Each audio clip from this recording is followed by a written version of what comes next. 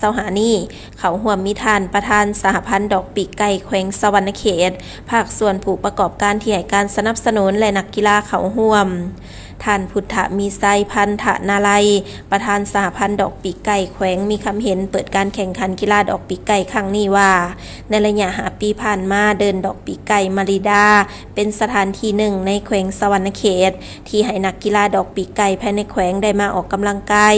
ฝึกซ้อมพบปะและต้อนรับนักกีฬาจากต่างแขวงและต่างประเทศที่มาเคลื่อนไหวแข่งขัน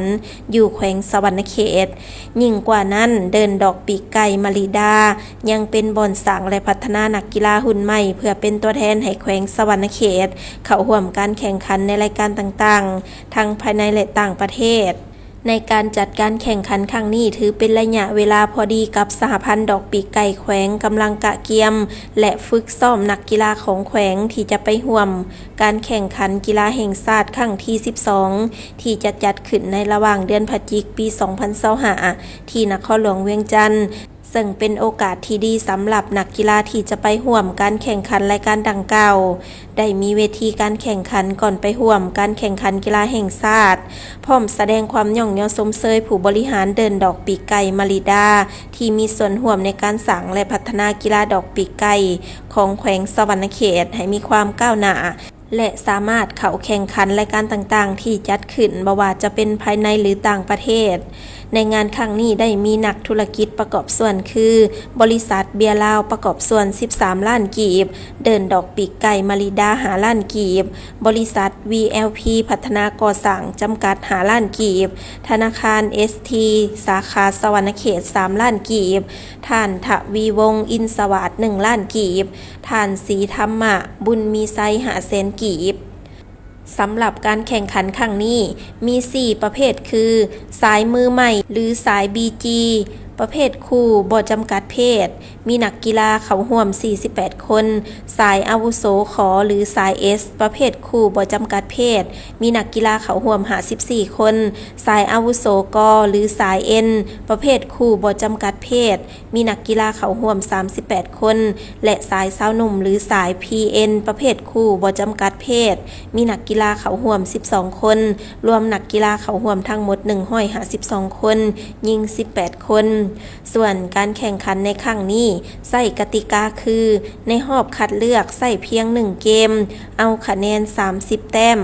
ตีขบกันหมดในกลุ่มเลือกเอาอันดับ1และ2ไปตัดเสือกกับอีกกลุ่มหนึ่งเพื่อเข้ารอบต่อไปในรอบ2ใส่กติกาแบบเสียคัดออกเอา2ใน3 เกมแต้มไหล21 แต้มซึ่งเป็นบาท9ทำอิฐที่นำใส่วิธีการแข่งขันแบบมีรอบคัดเลือกเข้ามาในรายการนี้เพื่อให้นักกีฬาทุกท่านได้เข้าใจได้เรียนรู้ไปพร้อมกันพร้อมนี้ท่านสมพงษ์วิศวัตรเจ้าของเดินดอกปีกไก่มาริดายังให้รู้ว่าจุดประสงค์เพื่อฉลองครบรอบ5 ปีของการเปิดนำไส้เดินมาริดาแห่งนี้และที่สำคัญที่สุดก็เพื่อสร้างความหักแพงความใกล้ชิดของนักกีฬาต่อนักกีฬาและสร้างนักกีฬาดอกปีกไก่ให้มีหุ่นสืบทอดต่อไปและพัฒนาให้ก้าวขึ้นสู่เวทีระดับภาคพื้นและระดับสากล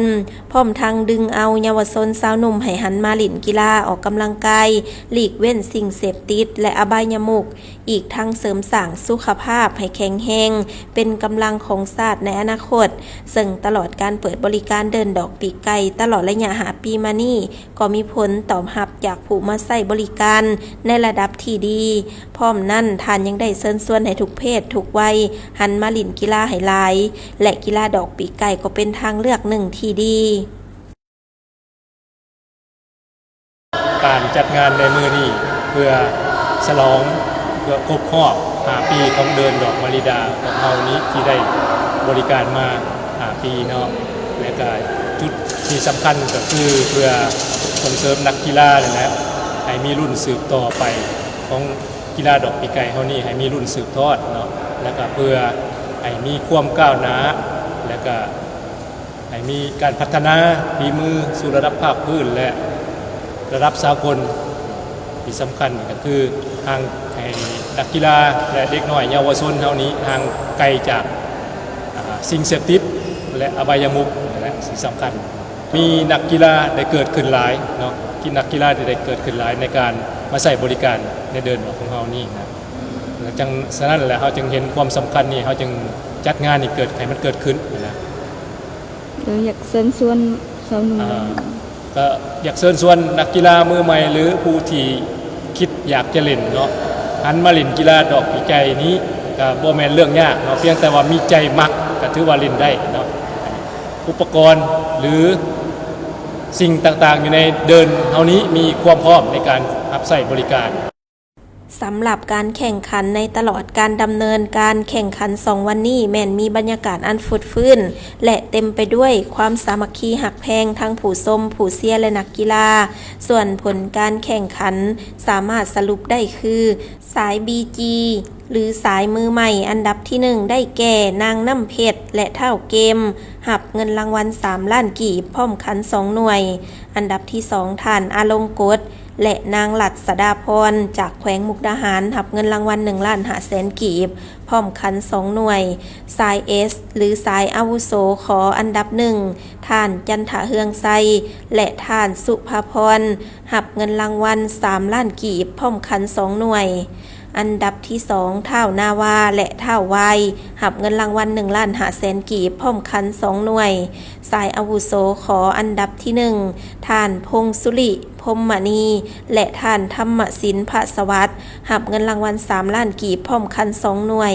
อันดับ2ท่านทวีวงศ์และท่านบุญเที่ยงหับเงินรางวัล1 ล้าน5แสนกีบพร้อมขัน2หน่วยและสายสาวหนุ่มอันดับที่1ท่านสมนึกธงแสนเยืองและเท่าไซสนะไซเจริญหับเงินรางวัล2 ล้านกีบพร้อมขัน2หน่วยอันดับที่2ท่าวิรจิตเล็งสวัสดิ์และเท่าดาวเสด็จกิตติราชหับเงินรางวัล1 ล้านกีบพร้อมขัน2หน่วยผัดเปลี่ยนมอบขันรางวัลและเงินรางวัลครั้งนี้นำโดยท่านทองใสสยะวงศ์คำดีกรรมการประจำผักแขวงเลขาผักเมืองอุทุมพรท่านประธานสหพันธ์ดอกปีกไก่แขวงท่านอาทิตย์ลาตรีสวรรค์คำผู้บริหารโรงหมอนานาชาติแขวงสวรรณเขตท่านสันติภาพวิไลแสงผู้จัดการเขตแขวงสวรรณเขตบริษัทเบียร์ลาวจำกัดพร้อมนี้ทางโรงหมอนานาชาติยังได้มอบของขวัญให้แก่ผู้ชนะเลิศและห้องชนะเลิศทุกท่าน